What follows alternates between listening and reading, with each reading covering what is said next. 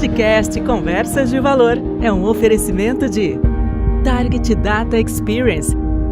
Há 20 anos transformando dados em valor. Grupo Risotolândia, levando alimentação de qualidade para mais de 550 mil brasileiros todos os dias. Conversas de Valor. Esse é um projeto idealizado com muito carinho, com muita dedicação, para trazer assuntos relevantes para uma população que se dispõe a assinar, a acompanhar. Temas que, como diz o nosso título do programa, são conversas de valor. Se tivesse que dar um título para o podcast em função do tema que nós vamos trabalhar hoje, pela importância dele, pelo significado dele enquanto sociedade, para pais, para avós, para tios, para irmãos, para primos, eu diria que o podcast hoje seria Conversas de Muitíssimo Valor. Eu quero deixar aqui toda a expectativa no ar, criada, porque o assunto que nós vamos tratar é um assunto de extrema relevância, de extrema importância, e nós temos uma pessoa que se dispõe a conversar conosco ao longo de 30 minutos, 40 minutos, com as suas experiências, a sua bagagem, e ela aceitou generosamente estar aqui conosco. Eu quero agradecer muito a Sharon Mendes por aceitar esse convite. Nós não nos conhecíamos, eu assisti um corte da Sharon pelo Instagram. Você ministrou uma fala no Instituto Emília Santana, do professor Rui Santana, né? Que eu acompanho, tenho um respeito imenso por ele, né? E você fala de um tema extremamente importante e atual e necessário, né? Então eu quero primeiro apresentar a Sharon, né? A Sharon, ela é bióloga pela PUC, ela possui pós-graduação em Neurociência e Física da Consciência pela Uninter, e ela tem um mestrado também pela Uninter em Educação com ênfase em novas tecnologias de ensino. Temos uma sinologia muito interessante, porque o meu mestrado também é nessa área, né? E a Sharon, ela tem uma passagem na arte cênica. Ela fez um curso profissionalizante na Cena 1, né? De artes cênicas. Bom, eu fui lá no seu LinkedIn, Sharon, e você coloca umas frases lá muito interessantes, eu quero partilhar com o público aqui, né? A Sharon diz assim, abre aspas: acredito que o tempo seja algo valioso, por isso sempre dei o meu melhor para aproveitá-lo ao máximo, sempre pensando nos benefícios a médio e longo prazo daquilo que planto. Encontrei minha paixão pela vida unindo o conhecimento científico da biologia com a leveza das artes cênicas. A chegada da minha filha Laura me fez navegar em águas desconhecidas, período em que me dediquei à criação dela e busquei alternativas onde pudesse trabalhar por apenas meio período, longe do meu pacotinho de amor. Foi quando eu empreendi, quebrei e empreendi novamente. Essa experiência trouxe resiliência, agilidade, gestão de tempo, paciência e maturidade efetiva para o meio corporativo. Em negociações complexas e gerenciamento de projetos, me deparei com um modelo de negócios que não é nem B2B nem B2C, e sim human to human. Em um pensamento futurista, o que vai nos diferenciar das inteligências artificiais são as seguintes qualidades: empatia, autoconsciência, racionalização dos sentimentos para a tomada de decisão. E aqui ela coloca uma frase que eu achei fantástica. Afinal, se o tanque do carro estiver vazio, a sua solução é a gasolina e não o estepe. E esse combustível exclusivamente humano pode ser estimulado e treinado. Sharon, obrigado por estar aqui conosco, pela sua generosidade de partilhar esse assunto. Nós vamos falar um tema que ele é um tema importante, que tem um bocado de polêmica e um bocado, talvez, de negação, eu diria. Sim. Faz sentido? Faz todo sentido. E a negação foi bem assertiva ali, foi cirúrgico. Foi cirúrgico? Me conta, como é que foi? Você teve essa carreira profissional, enfim, você mãe da Laura, hoje está com 10 anos, isso, né? E você passou por uma situação onde virou a chave, quer dizer, esse é o ponto que eu preciso me preocupar. Fala um pouquinho disso, se você puder, por gentileza. Depois de ter empreendido, quebrado, né, tentado novamente, eu voltei para o mundo corporativo. E como mãe solo, a rotina era e ainda é, né, bem puxada. E se eu não fizer bem a gestão do meu tempo, o trabalho e as demandas acabam me engolindo, né? E foi nesse período onde eu estava sendo engolida, né, pelo trabalho. Cheguei em casa, num dia comum, dei uma jantinha para Laura ali no final do dia e eu falei, meu amor, eu vou responder um e-mail aqui, a mamãe já te dá atenção. E ela tinha me pedido para cozinhar. Ela ama cozinhar. É um exercício, uma atividade familiar. Vocês as duas ali curtiam a cozinha. E ela faz muito isso com a minha mãe. Eu quase não faço, né? E aí ela me pediu, eu falei, só um pouquinho, vou responder esse e-mail. E liguei a TV, a Laura não tem celular, mas a TV, Netflix ali bombando, né?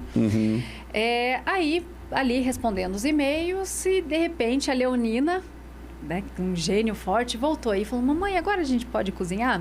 Aí eu olhei no relógio. Eu tenho um filho leonino, desse tipo.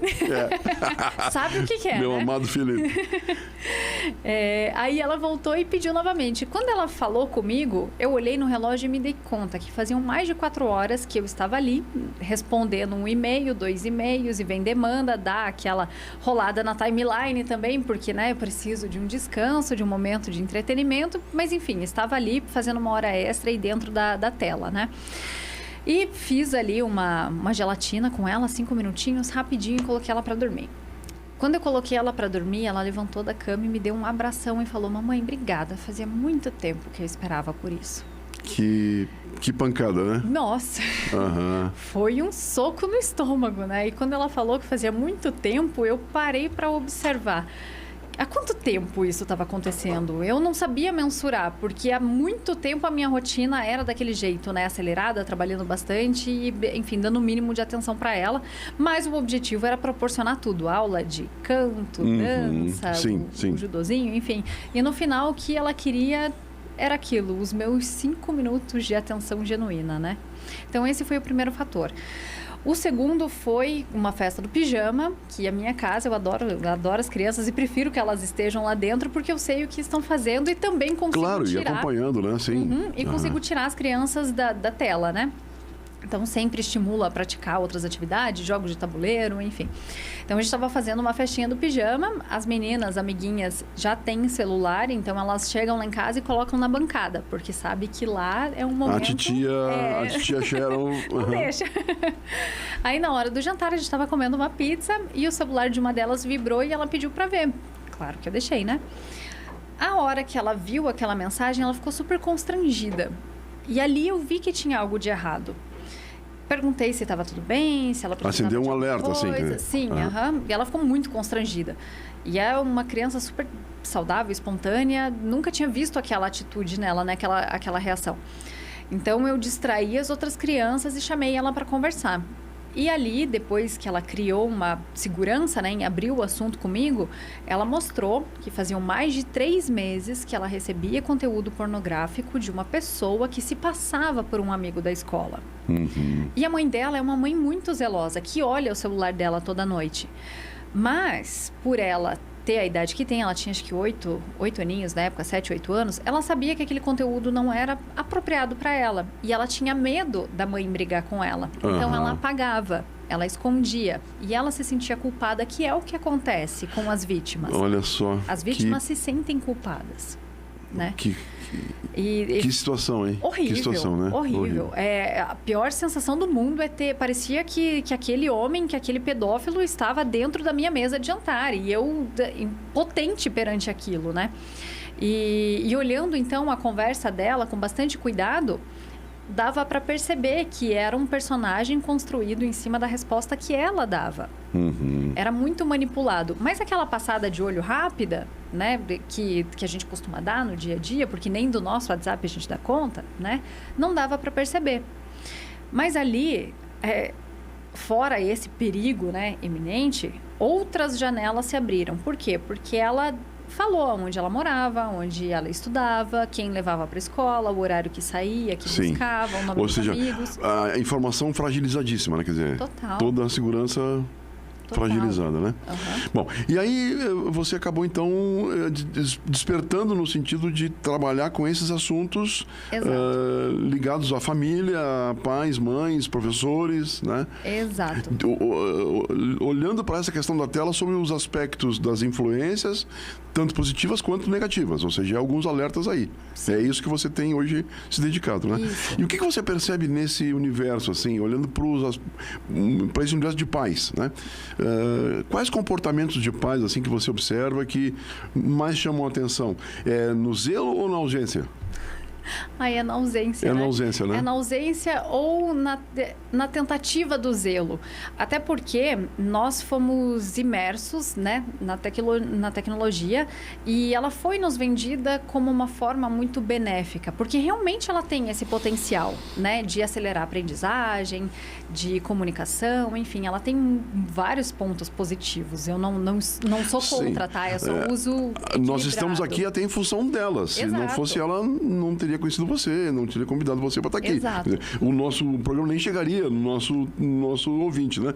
Ou seja, a tecnologia é algo positivo, né? Com certeza. O que precisa saber é entender o que fazer com ela, de equilibrar, né? Entre a dose do veneno e do antídoto é a quantidade, É a quantidade. Né? Então, é encontrar esse equilíbrio. O que eu vejo hoje muito com relação aos pais, que eles deixam as crianças muito tempo dentro de uma tela, assim como eu fazia também. Porque muitas vezes não tem esse despertar de consciência do real problema que elas podem encontrar, né? Então, esse assédio, a pedofilia, é um dos pilares, uma das consequências catastróficas, né? Que a gente encontra e que, sim, aumentou, sim, os índices estão altíssimos. E isso pode estar acontecendo dentro da casa de algumas pessoas e elas nem imaginam. Nem imaginam, né? Nem imaginam, porque é difícil. Mas eu tenho um aplicativo que gerencia. Mas é muito difícil gerenciar. Você consegue zerar a sua caixa de e-mail e o seu WhatsApp todos os dias? Não, eu não consigo. Eu também não. E eu nunca encontrei alguém que conseguisse. Então, dar conta do nosso e mais dos filhos é muito difícil. Então, aqui eu já vejo uma resistência dos pais, sabe? Em conseguirem enxergar e acharem que tem esse domínio. Uma outra questão nós temos essa falsa sensação de que as crianças estão seguras porque estão em casa. Estão dentro do quarto, tá tudo certo. Só que esse meio, né, a internet, ela é um guarda-roupa de Nárnia, né? Ela abre portas para diversos lugares onde a gente não sabe aonde vai dar. É para o mundo inteiro. Sim. Então, são pessoas do mundo inteiro. Com que essa criança está falando? O que ela está assistindo? Quem são os influenciadores? Por mais que a TV fosse a babá dos anos 90, 80, era uma programação única ali. A gente sabia o que estava acontecendo. A família sabia, por mais que, né, não concordasse muitas vezes com o posicionamento, sim. Mas a gente sabia o que estava acontecendo, né? E era limitado. Essa interação não existia um a um, né? Ou seja, a gente meio que perdeu essa identidade e a gente está em contato com algo que é gigantesco, ou seja, que a gente não consegue dominar. E o desafio é conseguir entender para como extrair o melhor disso. E você entende que o fator crítico de sucesso é a educação, no sentido dos pais se preocuparem mais com isso? Quer dizer, nas suas mentorias para pais, o que você observa nesse sentido? Sim. Foi por isso que eu parei no mestrado em educação.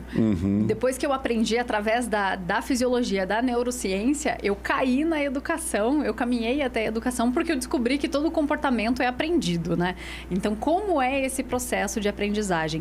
A neurociência explica a parte fisiológica, mas a prática a gente precisa aplicar através da educação. Certo. Então, sim. Você fez essa junção aí. Exato. Tá. E o que você observa em termos de comportamentos de pais? Quer dizer, estado A e estado B.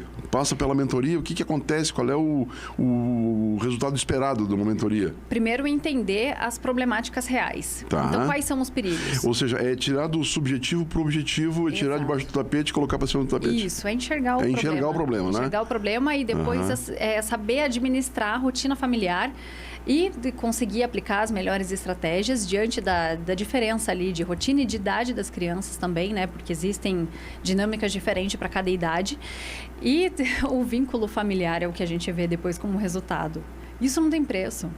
Não tem preço. Porque a única coisa que fica depois são os nossos relacionamentos. Sim. E a qualidade de relacionamento familiar é o que é o que eu entrego no final, né? Que bacana. Você tem um material bacana lá que é um e-book que você gentilmente disponibiliza, né, no seu site, e me chamou muita atenção a questão do suicídio, né? Sim. Existem dados estatísticos que comprovam que a tela influencia no suicídio. Exato. Até o Ministério da Saúde, esse é um levantamento de 2022. Como eu cheguei nele, né? Então, após a pandemia, eu achava que a quantidade, né, que os índices de suicídio mundiais haviam aumentado. Mas eu descobri que não.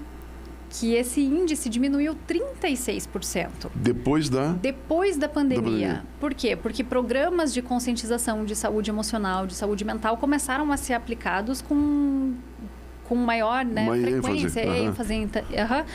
E no Brasil aumentou mais de 42%. Então o Brasil está caminhando com o lado oposto ao restante do mundo. E isso me chamou muito a atenção, né? E por quê? Hoje o Brasil é o segundo país que mais usa aplicativos, que mais fica dentro de redes sociais digitais. Mais de 9 horas, adultos. Passam mais de 9 horas conectados a redes sociais. A maior parte deles é assistindo vídeos. Aí entra TikTok, Instagram... todas as famílias. YouTube, isso. As crianças hoje... esse é um estudo da Common Sense Media... que levantou o tempo de tela das crianças. E as latinas, elas passam em média 7 horas e 36 minutos conectadas. Contando o tempo que elas estão na escola, é o resto do dia. É quase o resto do dia, sim. É praticamente o período que elas não brincam, não interagem, não se relacionam entre si, quer dizer, é tudo muito virtual, né? É tudo muito virtual e muito raso. Porque dentro da internet, você ser cancelado ou cancelar alguém é muito fácil. Então, não cria um relacionamento de qualidade e substrato para esses relacionamentos. É tudo muito superficial. Então, você me ofendeu, eu te bloqueio, tá tudo certo. Eu não preciso conversar com você. Eu não preciso resolver a nossa situação. Né? Então, esse é um dos pontos até que o Jonathan Haidt, né, na Geração Ansiosa, o último livro dele, que saiu esse ano, que foi super esperado, né, pelo pessoal da ciência. Geração Ansiosa, o nome. Exato. Ele fala desse tipo de comportamento, né, que são comportamentos de relacionamentos rasos. E aqui, fazendo uma outra ponte, né, uma outra conexão, o Álvaro Machado Dias, que é um dos maiores cientistas que a gente tem aqui da neurociência, ele escreve para a Folha de São Paulo e ele levantou também algumas questões. Então, hoje o brasileiro, que era conhecido, né, por caipirinha, futebol, samba, né, o povo festeiro, é o povo que mais se sente solitário, porque não cria conexão.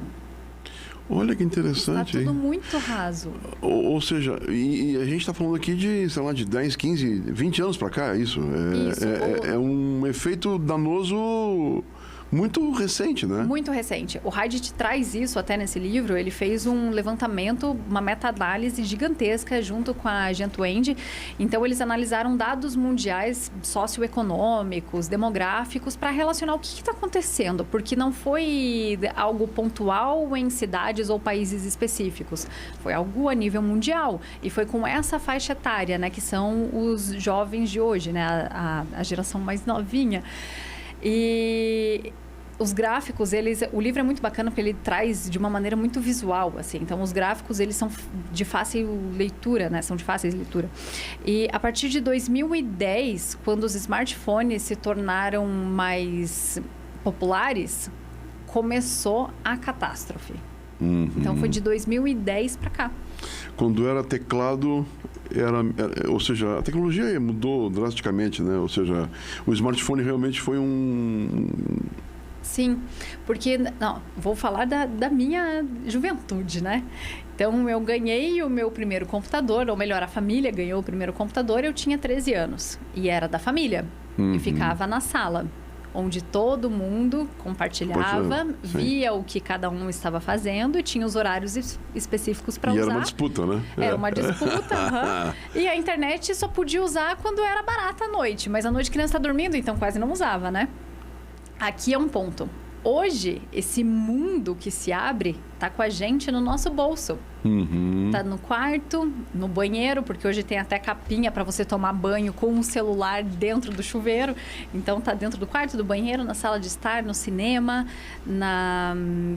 nos restaurantes. Ele tá em todos os lugares, né? A minha filha fez uma apresentação agora, domingo passado, né?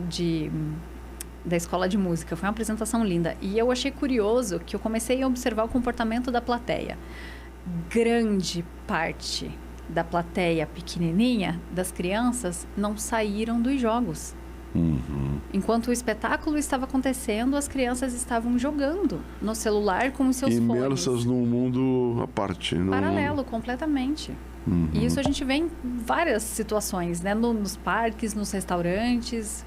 Se a gente pudesse fazer uma projeção, né? Essas crianças que são crianças hoje, daqui a 20, 25 anos, que serão adultos, serão empresários, serão gestores, líderes das suas áreas, serão recepcionistas, gerentes, empresários. Qual será o impacto que nos espera aí, né? E eu tenho agora uma neta chegando agora em outubro, né? Fico pensando, que mundo a minha netinha amada encontrará, né? Sim. É uma grande incógnita, né? E é um pouco desesperador se a gente não parar para analisar esse cenário a longo prazo e também tomar uma atitude agora.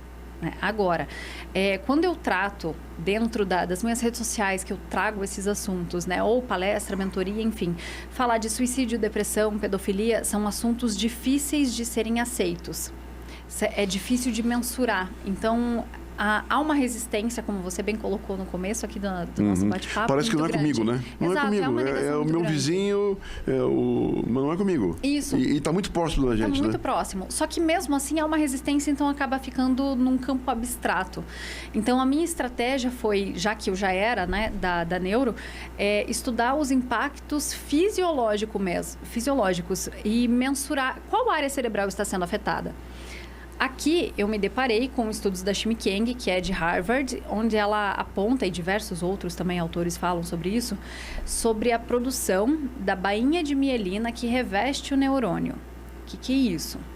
É a célula que dá suporte para esses neurônios, que ajuda na transmissão sináptica, que faz com que essa transmissão seja mais rápida, que dá alimentação para os neurônios, que, enfim, que cuida deles, que dá suporte, ela está sendo afetada. A gente não sabe ainda o porquê, mas nós já temos essa questão. Tem evidências Exato. Que o excesso de estímulos vindo de plataformas digitais, né, o uso excessivo. Quero deixar bem claro que educação é uma coisa. Entretenimento, que é o que a gente está tratando hoje de mais de 7 horas por dia, é entretenimento, não é educação. Então, são coisas diferentes. Sem dúvida, né? Sim. Então, esse excesso de estímulo está matando essa bainha de mielina, né? Essas células da glia que dão suporte aos neurônios. Então, os neurônios podem estar morrendo de fome. Mais especificamente, os neurônios localizados nessa parte frontal aqui, onde existe uma gama de funções que a gente chama de funções executivas ou função executiva, depende do autor. Para que ele serve? Planejamento. Então, eu vou estudar aqui, vou estruturar a minha ação, vou pensar nas consequências, vou seguir este plano até conseguir concluir. Então, é planejamento, tomada de decisão e também sistema inibitório. Até onde eu posso ir ou não. Em que momento eu tenho que me regular e parar, sabe? Então, Olha só. Tudo isso está sendo afetado por conta do uso excessivo. Então, se a gente... E assim, um detalhe bem importante. Neurogênese é muito difícil acontecer. O nascimento de novos neurônios, ele acontece em áreas específicas do cérebro, né? E mais especificamente ali onde fica localizada a memória declarativa. A gente não sabe se esses neurônios aqui do córtex pré-frontal, que estão tendo essa redução por conta, né, desse excesso de estímulo, por conta da morte, né, dessa bainha de mielina ou a não produção dela, que dá na mesma, se esse cérebro lá na frente vai conseguir sobreviver ou vai conseguir substituir. A gente não sabe disso. E é comprovado que o efeito danoso é em função da Há uma estímulo. relação. Há uma relação. Há uma relação. Aqui pode entrar Olha que também... interessante isso, hein? Localização geográfica, estilo de vida, alimentação, sono. Sono é muito importante. Mas a própria Chimiquinga, ela tem um livro que trata disso. Eu esqueci o nome do livro agora, mas é uma capinha branca e tem um cérebro desenhado. Ela aponta, né? Esse estudo, o estudo que ela aponta é da JAMA, que é um estudo da pediatria americana, né? Mas outros autores, outros especialistas já estão comprovando isso também. Então, não é um estudo só que nós temos, né? São alguns. Mas olha, então assim, se eu tivesse que achar uma palavra para dizer o que você nos falou agora, é assustador, então. Sim, sim. O que nos... Ou seja, a hora é agora. Exato. A hora é agora. E é através da educação. Da educação dos pais, da educação dos professores, para que nós, adultos, né, tenhamos as ferramentas para gerenciar e orientar essas crianças. E tomar pulso enquanto dá. Exato. Exato. Quando você fala na questão ali da área afetada, que é a questão da tomada de decisão, do processo inibitório do que posso fazer, o que eu não posso fazer, né? Se a gente fizer um paralelo com o que a gente está vivenciando hoje em termos de extremismo, né? E os modelos estão aí, e, poxa vida, não é mérito se está certo ou está errado, A ou B, a posição A ou B, né? Mas as posições que a gente está vendo, e quando eu falo, alguns alunos que acompanham esse canal aqui podem comprovar, porque eu falo em sala de aula. E eu falo isso na primeira aula, na primeira meia hora de aula, nas minhas aulas, eu falo que em algumas situações eu me sinto um estagiário. E nesses comportamentos é uma dessas áreas, porque eu nunca vi tanto neto bater em avô, eu nunca vi tanto feminicídio como a gente está vendo agora. E aí vem uma resposta, mas é que não era divulgado. Sim, mas quanto que não era divulgado, né? Quer dizer, realmente nós estamos, pelo que você, à luz da ciência, nós estamos evoluindo. Exato. Não é? Exato. Faz sentido isso? Faz todo sentido. Inclusive, o professor Rodrigo Otávio dos Santos, que é daqui de Curitiba, ele estuda uma das linhas de estudo dele é com relação aos algoritmos. Então, isso que você acabou de trazer, da sociedade mais polarizada, pode estar relacionado aos algoritmos. Por quê? Porque o algoritmo ele tem um papel de entregar e fazer com que o usuário fique mais tempo dentro da plataforma. Entre aspas, vicia, né? Exato. Vicia, e vicia mesmo. Aqui a gente tem dois dados que são muito próximos. Então, o Brasil é o segundo país a permanecer mais tempo dentro de rede social, mais de 9 horas. O algoritmo, o papel dele é fazer com que essa pessoa permaneça lá dentro, certo? O algoritmo, ele trabalha com extremismos. Então, quanto mais o assunto for extremo, mais sensacionalista, mais polarizado, mais vai chamar a atenção, mais a pessoa vai ver, mais ela vai clicar, por mais que seja para criticar. Isso vai acontecer. Então, é uma roda que se alimenta... Se retroalimenta. Exatamente. Quem fala muito disso também, um outro autor, é o Fischer, no livro A Máquina do Caos. Ele explica como funciona esses algoritmos, né? Então, a gente vê claramente isso na sociedade hoje. Claramente. A última eleição aqui para presidente, meu Deus, não é exatamente como você trouxe, não é uma questão de falar quem está certo e quem está errado, mas se você não concorda comigo, você está contra a minha pessoa. Isso, se não é meu amigo, é meu inimigo. Exato. É simples assim, né? E entre 8 e 80 tem muito número, né? Não precisa. Você comentou, fazendo um parênteses no que você comentou lá atrás, né? Que é muito fácil cancelar alguém hoje, né? Sim.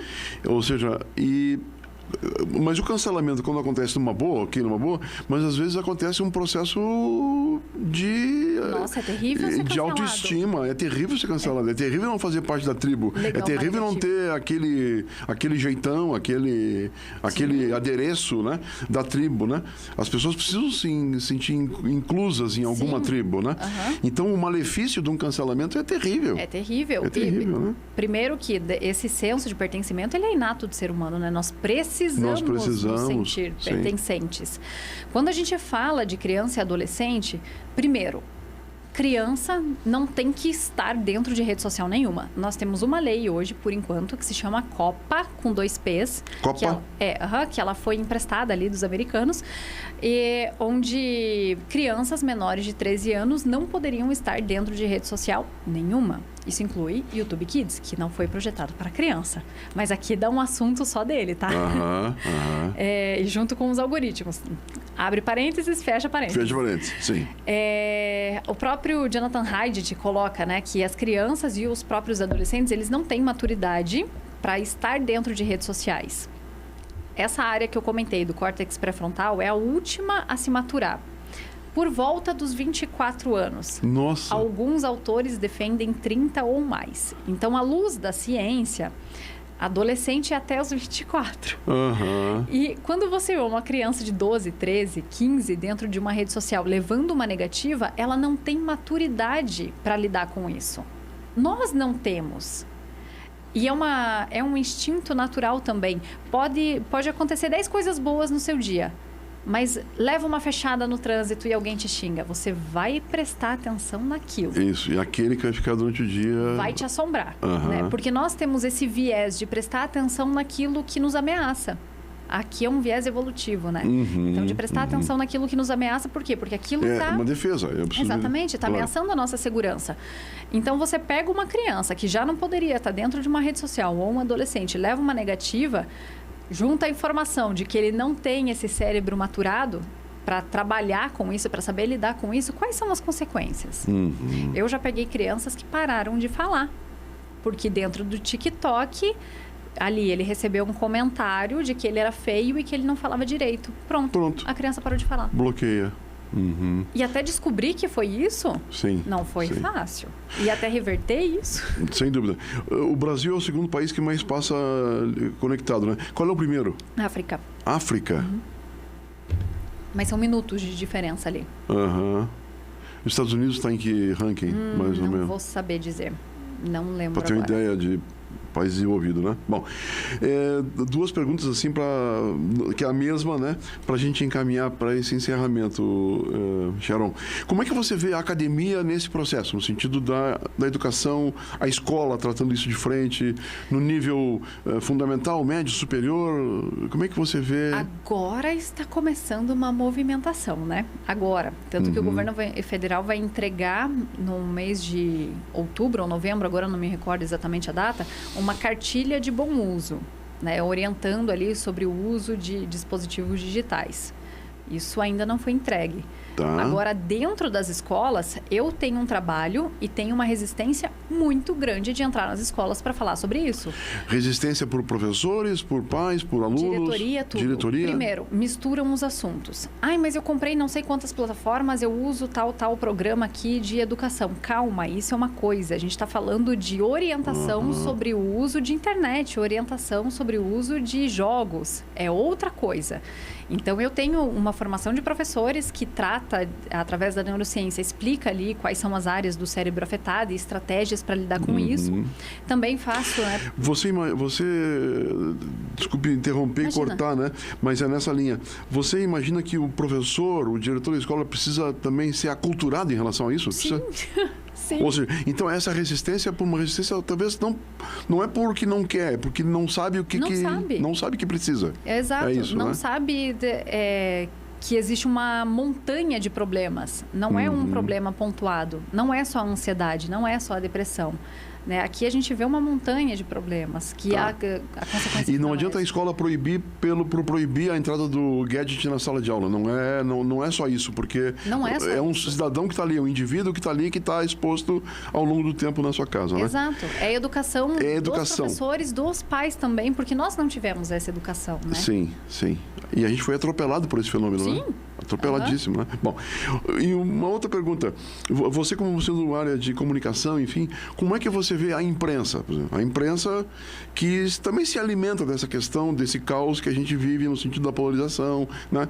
E aí não há nenhuma crítica, é análise do fenômeno, né? Sim. Como é que você vê a imprensa? Ela precisa se posicionar mais? Precisa ter mais pautas em relação a isso? Precisa.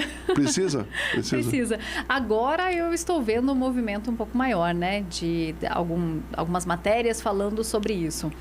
Mas o posicionamento ainda da imprensa dentro das redes sociais continua favorecendo essa polarização, né? Mas eles estão fazendo o trabalho deles. Eles precisam vender aqui, né? Fazer com que aquela notícia chegue em algum lugar. Sim. Então. Ou seja, você imagina que esse assunto que você trate, ele possa eventualmente se tornar uma coluna, por exemplo, num grande veículo? Deveria ter. Seria já um assunto de pauta? Sim, isso?